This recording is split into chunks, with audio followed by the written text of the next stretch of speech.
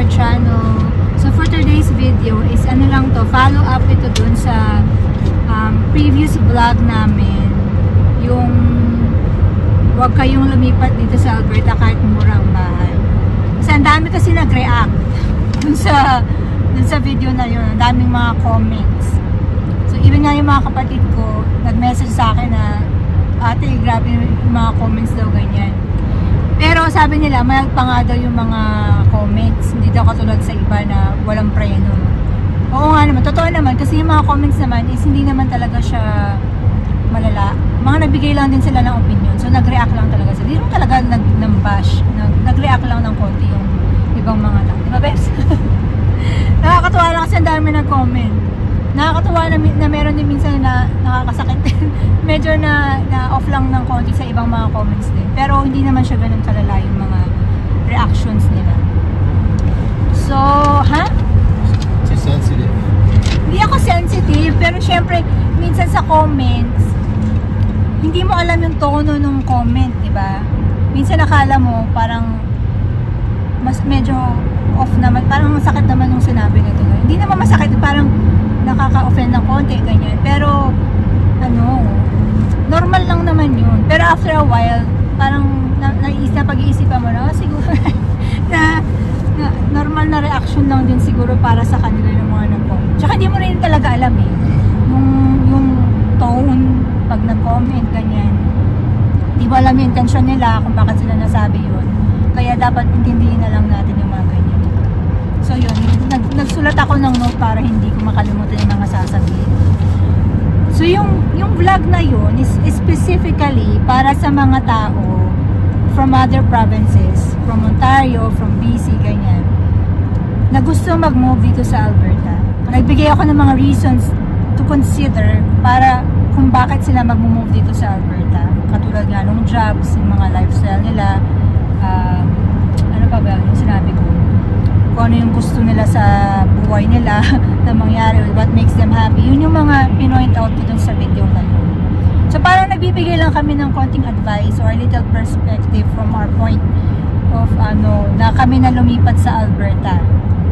So binibigyan ko lang sila ng mga tips ganyan ng kung ano ba yung may expect nila dito sa Alberta. Because not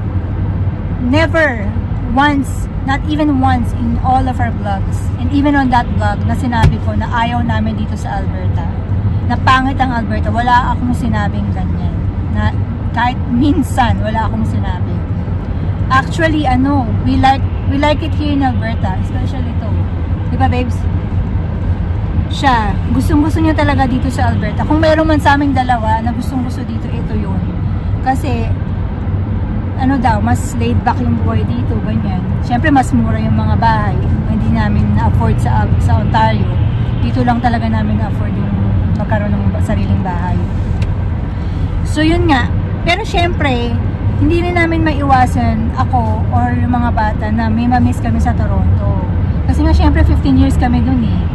Doon na lumaki yung mga bata. Doon ko na pinanganak lahat ng mga anak ko. Dumating ako dito. Buntis ako dun sa panganay ko. So, doon na siya lumaki. So, all of our kids grew up in Toronto. So, ako dumating sa Canada, dun kagad sa Ontario, di ba? Ito, si Richard. Tagal niya sa Ontario ever since 1 year old pa lang siya. So, lahat ng family niya, mother side, father side, andito sa Canada. At andun silang lahat sa Ontario, especially sa GTA area. Namimiss din namin yung lugar na yun, di ba? Ang tagal namin doon. So, ang binili namin ng bahay is isang small town, pero napakalapit sa Calgary. So, malapit siya. So, wala namang problema doon. So, malapit din siya sa work ng asawa ko. So, syempre, gusto ko pa rin yung nakakapunta ka sa mga mall, yung marami ka pa rin ginawa. Kasi may mga anak pa rin ako maliit, si Andre, di ba? Na-enjoy niya yung mga ganung mga bagay. So, kaya ako, gusto ko pa rin yung sana yung may ganun. Meron din naman dito sa Calgary, marami din. Kaya lang nga, hindi mo pa rin siya makakompare talaga sa Toronto. Dahil sa Toronto, sobrang daming mga entertainment talaga. Sobrang daming pwedeng gawin para sa mga bata. Yun yung namin. Yun yung namimiss din ng mga bata. Hindi siya yung parang deal breaker para sa amin dahil walang entertainment dito. Hindi ganoon. Hindi yun yung pinapoint out namin. Kasi may nag-comment din. Basahin ko yung comment niya. Sabi nila parang kung kung pwede naman daw kami bumalik ng Toronto kung ang priority namin ay Lakwatsa at entertainment. Hindi naman namin sinasabi na priority namin yun eh. 'Di ba? But of course, isa yun sa mga nagbibigay sa amin ng konting happiness, 'di ba? Kasi especially sa mga bata. Yun yung na-enjoy nila eh. Hindi naman kami madalas pag nagpupunta kami ng mall, hindi kami nagsha-shopping. Hindi kami mahilig mag-shopping. Kung meron man yung mga bata malilit na items, ganyan, yung mga cute items na gusto nila, ganyan. May mga tao talaga mahilig mag-shopping eh. Pero hindi kami ganun. Yung window shopping lang, pasyal-pasyal sa mall, masaya na kami. So, hindi talaga siya priority or hindi mo masasabing priority or deal breaker yung ganun, yung dahil sa entertainment and dining lang. Kaya namin gusto bumalik sa Toronto. Just giving warnings to know what to expect here. Yeah. That's all you're doing. I know. Yun nga yung sinasabi niya na we're just giving warning, like a little advice sa mga tao what to expect here, 'di ba? Para hindi sila yung magugulat sila, ay ganito pala dito sa Alberta. Like Toronto. Yeah, you don't expect it na syempre iba naman ng Calgary, iba ang Toronto.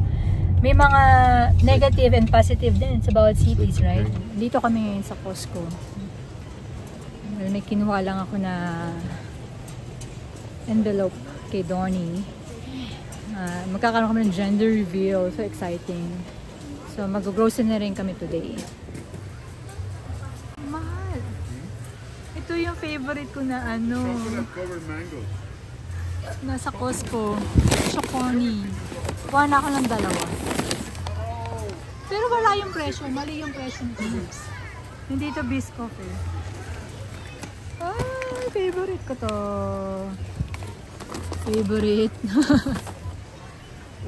Ha? Cookie butter cups. Ano na? Ano na? How much is it? Walang presyo. Ba't walang presyo? What? You bought the cashews. I hate them. No, go get it then. I have to give them away, eh? How much is that? You're not even eating it. Ito yung favorite namin na tuna.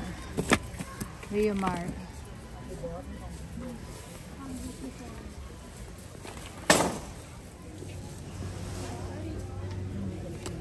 So ito yung rice na binibili namin dito sa Costco. Dati 17.99 naging 18 na ngayon 21.99 na siya. Grabe ang mahal. May naka-sale na rice sa Superstore, please let me know. Parang gusto ko magpalit na. Yung rooster. Diba kasi mas mura yun. Diba yung ayos dito sa Costco ah. Dati nasa gilid ito, ngayon nasa gitna na siya. Ito yung bathroom tissue. Dito lang ako bumibili. $23.99. Matagal kasi namin itong ginagamit. Ang gusto ko dito sa Kirkland na bathroom bath tissue is hindi siya masyadong, yung, alam mo yun, pag inano yun, parang ang daming puti-puti. Ito wala masyado. Kasi ito yung tubig namin, Kirkland, $4.69. Pero doble ang presyo dahil merong deposit na 10 cents per bottle plus yung environmental fee. Dito yan sa Alberta, ganyan yan. Lasagna. Ito ang gusto ko sa Costco din. Mga free taste. Minsan nakakabusog talaga. May salmon kanina nakain ko. Ito masarap siya. Lasagna. Free taste. Pag nandito talaga sa Costco, kailangan marunong ka mag-control. Kasi kung hindi, napakalaki ng gastos palagi dito. Kaya ako control lang kami ngayon. Ayan, cheese with sweet Thai chili sauce. First time cheese with Thai chili sauce. Kasi kung nakita lang ganitong combination, okay lang. Ito na yung mga presyo ng mga meat dito. $73. Top sirloin.